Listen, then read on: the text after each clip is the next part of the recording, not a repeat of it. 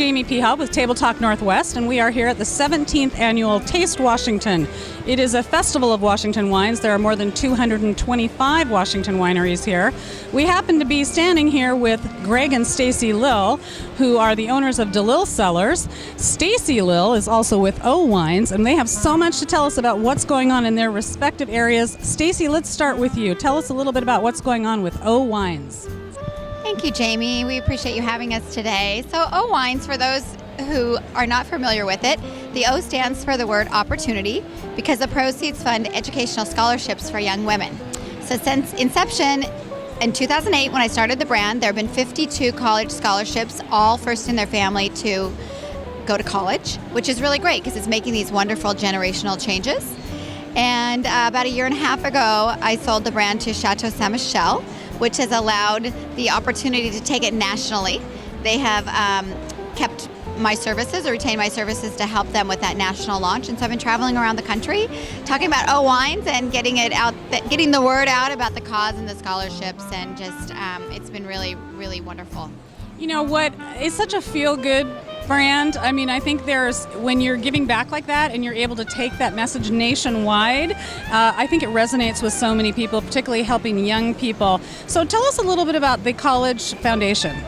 Sure. The College Success Foundation is in Issaquah. It's a wonderful organization that we have partnered with, and they have an infrastructure that is able to cast a very wide net out to a lot of students in high school that would be in need of a college scholarship. So they reach out and get the kids involved. The potential applicants can also look on our website at owines.com or oscholarship.org, and they can learn more about the scholarship process. But as I mentioned, we've done 52 since inception. They're full 4-year rides, and it's so inspiring to meet these young women and talk to them and just really track with them their dream. We have 5 students who have graduated from college so far.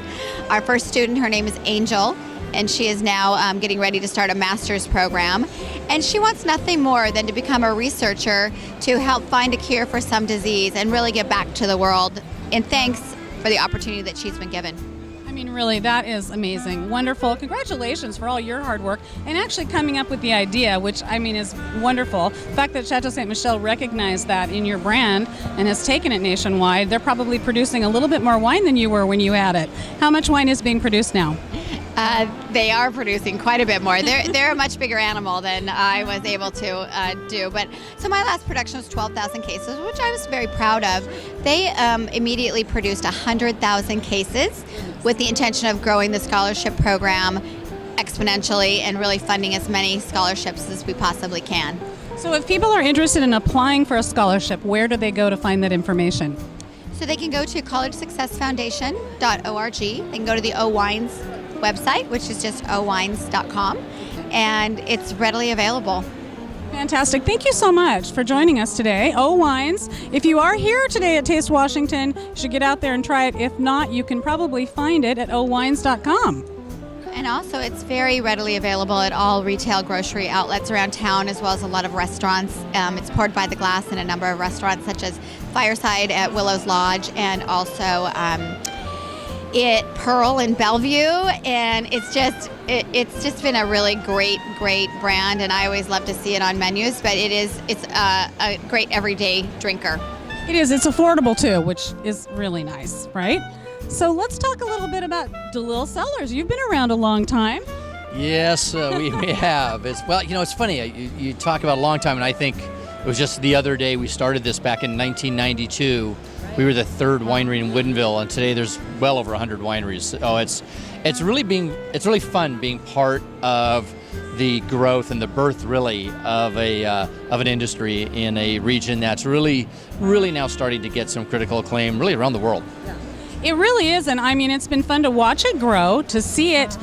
It's almost a different iteration today than it was maybe 20 years ago when we were starting out, I think, and really trying to get that word out there. It was much harder for people to believe in Washington wine than it is today. So what would you say the biggest difference is in people's opinions of Washington wine today? I would probably say I think the biggest difference today is really the ability for people to learn about wine through social media, through the internet, and a lot of the boundaries of wine have really been broken down. You know, in the old days, it was kind of like, you know, if you were young, your access to fine wine was when you went over to your Uncle Bob's house who had Jordan Cabernet, you know, and you went, wow, this is really good, you know, and now it's really all about these young, excited and interested wine enthusiasts that doesn't have to come from Napa, it doesn't have to come from Washington, it doesn't have to come from anywhere. It's just discovering how wine is so different all around the world, and Washington is just one part of that, and it's really, really exciting. I might add something to that, because Washington, it is one part of that, but Washington is really a very special region for growing grapes and producing wine. And there's wonderful accolades that the wineries in Washington have achieved over the years as a result of the great quality product that's produced here in the state. I would agree. I think we are all in agreement here that Washington wine is high quality and great value also. Would you agree with that? Oh, totally. If you look at at least from our perspective at DeLille Cellars, we produce wines that are $35 to $150 a bottle. Yet the scores we get for those wines, if you translated that to California and Europe, you could add another zero real fast to those prices. I mean, we're a value compared to the rest of the world. In fact, Washington, you know this, Jamie, I'm sure, there's a statistic where the number of wines that score over 90 points in the top publications, the ratio per winery is the highest in the world in Washington State. That's right. Oh my gosh, isn't that fun? That is so fun to say, isn't it? It really is. Yes, Washington State garners more 90 plus scores percentage-wise than anywhere else in the world. I had to say it again because it was so fun. Well, you know, another little fun, fact is that, and I was shocked when I read this, but I always like to ask people when we're talking about wines and wine regions, I ask them, but we kind of compare ourselves a lot to Napa Valley. That's kind of our benchmark here in Washington. Absolutely. And I ask people, how many wineries were there in Napa Valley in 1960? And 1960 was not that long ago.